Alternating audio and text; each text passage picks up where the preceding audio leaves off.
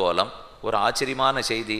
தை அமாவாசை கழிந்து பிரதமை அன்னைக்கும் த்விதீய அன்னைக்கும் 11 கருட சேவைங்கிற உற்சவம் நடக்கும்.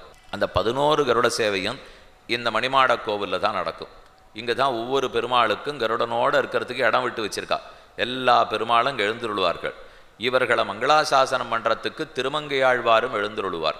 திருமங்கையாழ்வார மங்களாசாசனம் பண்ணுறதுக்கு மணவாள மாமுனிகள் எழுந்துருள்வார்.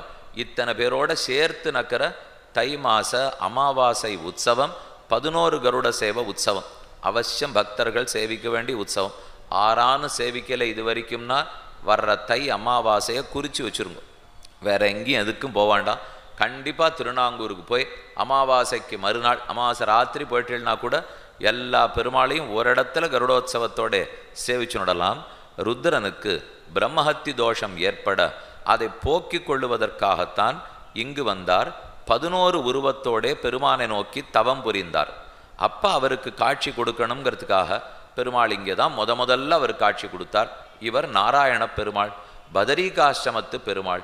இங்கே இன்னொரு சரித்திரம் சொல்லப்படுறது. இந்திரனுக்கு சாபம், அதை போக்கிக் கொள்ளுவதற்காக இங்கு வந்து தவம் புரிந்தான். அவன் சாபம் போக தவம் புரிந்து செய்த இடம். இந்திரனுக்கு மட்டுமில்லை, இந்திரனுடைய யானைக்கு ஐராவத்தம்னு தானே பேர். நாகனா யானைன்னு அர்த்தம். ஐராவதமே